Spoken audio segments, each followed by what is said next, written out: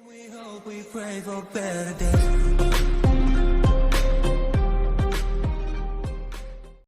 बच्चों, पिछली क्लास में हमने ग्रुप्स एंड रिंग का टॉपिक रिंग डिस्कस किया था। What is the meaning of ring, उसके बाद टाइप ऑफ रिंग्स, उसके बाद था आपके पास जैसे कि ring with zero divisor, ring without zero divisor.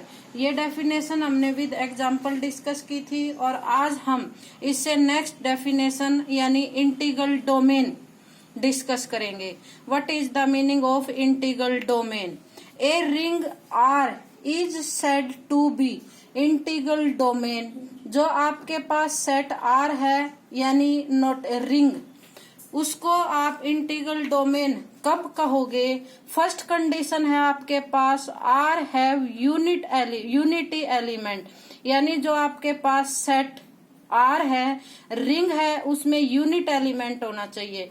जो सेकंड कंडीशन है यानी रिंग, वो आपकी कम्यूटेटिविटी रिंग होनी चाहिए। जो थर्ड कंडीशन है R is without zero divisor property को सेटिस्फाई करे।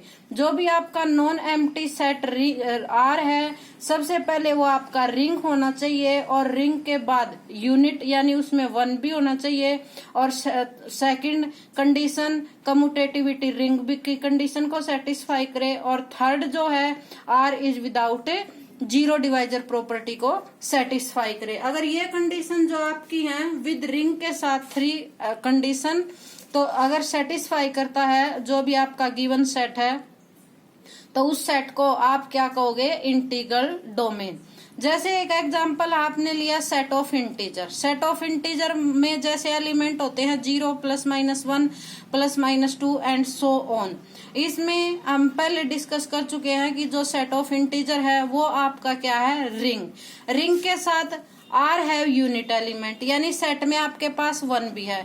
आर इज कम्यूटेटिव, यानी मल्टीप्लीकेशन में कम्यूटेटिविटी प्रॉपर्टी को भी सेटिस्फाई करता है। आप कोई भी दो एलिमेंट ले सकते हैं और दो एलिमेंट लेने के बाद जैसे 1 और 2 लिया मैंने, 1.2 करती हूँ या 2.1 करती हूँ, दोनों इक्वल आएंगे, यानी कम्यूटेटिविटी प्रॉपर्टी भी आपकी सेटिस्फाई है।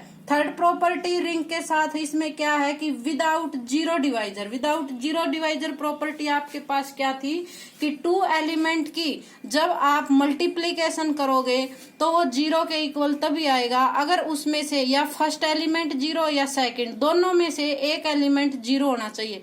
जैसे 2.3 करते हैं, 2.3 करेंगे इक्वल टू जीरो नहीं आएगा, क्योंकि इसमें 2 भी जीरो नहीं है और 3 भी जीरो नहीं है। लेकिन अगर मैं 2.0 करती हूँ तो इक्वल टू जीरो आएगा, 3.0 करती हूँ तो इक्वल टू जीरो आएगा, यानी ये प्रॉपर्टी भी सेटिस्फाई, यानी जो सेट ऑफ इंटीजर है वो आपके पास क्या है? Integral domain. नेक्स्ट एग्जांपल जैसे आप लोग लेते हो कि हमने सेट लिया 0 1 2 3 4 5, यानी इसमें 6 एलिमेंट है इंक्लूडिंग जीरो, और इंटीजर्स हैं और मॉडुलो क्या है आपके पास? 6 है। तो ये आपका रिंग की कंडीशन को सेटिस्फाई करता है, यानी 8 प्रॉपर्टी से सेटिस्फाई है। फिर आगे नेक्स्ट है यूनिटी, इसमें यूनिट भी एलिमेंट है, 1 भी है। नेक्स्ट है कम्यूटेटिविटी रिंग। कम्यूटेटिविटी रिंग में भी जैसे मैंने 3 और 4 लिया, तो मैं 3.4 करती हूँ तो भी क्या आएगा? 12 आएगा। 4.3 करेंगे तो भी क्या आएगा? 12 आएगा, यानी आर जो है आपके पास कम्यूटेटिविटी रिंग है।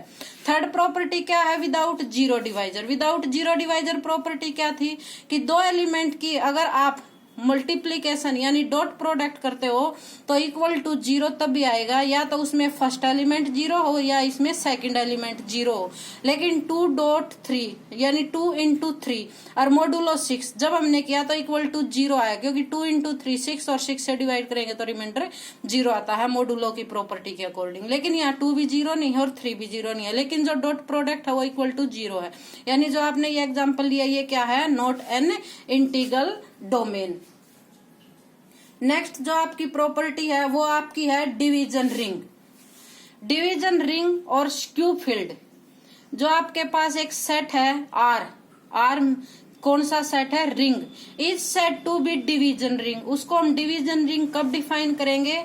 आर जो आप नॉन एम्प्टी सेट है, फर्स्ट कंडीशन है रिंग होना चाहिए। रिंग के साथ आर है यूनिटी एलिमेंट, यानी आर में यूनिट एलिमेंट भी होना चाहिए। सेकंड जो कंडीशन है वो आपके पास है मल्टीप्लीकेटिव इनवर्स, यानी नॉन जीरो, ईच हर नॉन जीरो एलिमेंट का इसमें क्या एग्जिस्ट होना चाहिए, मल्टीप्लीकेटिव इनवर्स। अगर ये कंडीशन भी सेटिस्फाई है रिंग की प्रॉपर्टी के साथ, तो जो भी आपका सेट गिवन है उसको हम क्या कहेंगे, डिवीजन रिंग। डिवीजन रिंग में यानी रिंग के अंडर हमारी क्या कितनी प्रॉपर्टी आती थी, 8 प्रॉपर्टी।